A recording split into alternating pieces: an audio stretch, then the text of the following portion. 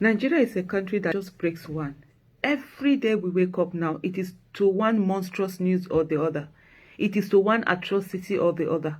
From the north to the west to the east to the south, atrocities going on. What is wrong with us? We sit down and we have allowed criminals, we have allowed monsters to take over our land. We've allowed evil people to take over our land. People are romanticizing violence. There's nothing romantic about violence. People justify violence when it is done by their own. They justify it. It is only when it's done by others that they now attack it. How are we going to continue like this? The only people who will continue to win when we continue to do this are the criminals, are the evil-minded ones, are the monstrous ones, are the people who are committing all sorts of atrocities. Because at the end of the day, they know they're going to get supporters from amongst the people. What is bad is bad. What is wrong is wrong. Evil is evil. It doesn't matter whether it's your own people or not your own people that have committed it. We can't just continue like this. Look at the killings that are going on in the southeast.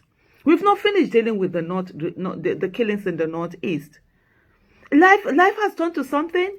You kill somebody and you put his head on a spike and you put it in a motor park. What are you fighting for? What nonsense is that? What evil? You're just evil. You're just barbaric. You're just a coward, a mindless, cowardly killer who is getting away with it because we have a state that has failed in its responsibility of protecting lives and properties, that has failed in its responsibility of actually prosecuting people. What is this? You find people justifying these heinous acts.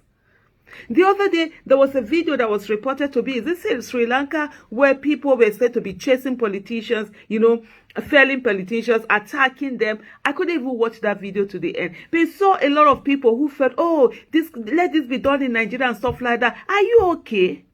You think the killings are going to stop with the politician? You don't know the way you think politicians are your enemy. You too, you are somebody else's enemy. The fact that you are educated, the people who are not educated, they see you as a problem. They see you have one who have taken away their destiny, who is conniving with all of those educated people who have oppressed them. So when they are coming to kill, they're not going to stop at killing the politicians. They will come after you and I too. The politicians will probably jet off. They've used their money. They've used their money to get dual citizenship. They will use private jets and flights, and they will leave you and I with these people that will come after us. People think there's something romantic about violence. There's something romantic about shedding blood. There's something romantic about killing. When it's time to work hard, there are systems in place that you can use. It's not easy. It's not a sprint. It's a marathon. You're going to put in your sweat, grit, tears. You're going to be disappointed. You will keep going. But people don't want to take that. People are looking, oh, let's just kill everybody and let things be. How? How does that work?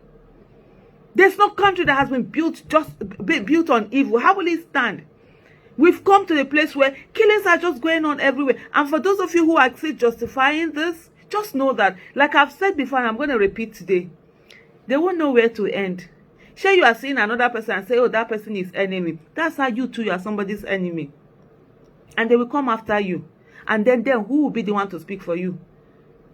Who will be the one to stand for you? Where will be the strength? Because you've justified the evil. There are still people who believe that Boko Haram is being done because of payback time for what happened in Biafra. That's their belief. They don't want to believe that it is either their people or the people they share the same faith with that are doing this. That's the same thing. And I see a lot of people too doing the same thing. The atrocities going on in the south, they say, no, it is Fulani militia, it is the soldiers, it is you're justifying it. You're not looking at the problem and accepting, just looking at it and calling it out for what it is. A monster has been bred. Killing does not solve any problem. And when the killing starts, it never ends. It never knows where to end. It continues. And we are all victims waiting to happen. And for you that you're sitting down and that you're gleefully justifying this heinous act that has just happened, this lawmaker that has been beheaded and his head on a spike, that you're gleefully, either justifying it vocally or silently or with your body or whatever it is, just know that those who have died before will not die again. The next to be killed are you and I that are alive. Who is next? The victim card in Nigeria is going around. Being a victim in Nigeria is no longer a matter of if, it is a matter of when. Yesterday's victims were once survivors.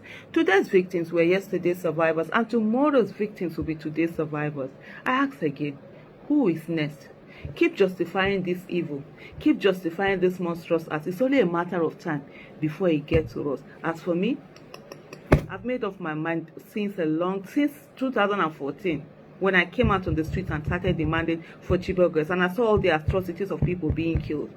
I say it can be my turn at any time. There's enough rest in peace for every one of us.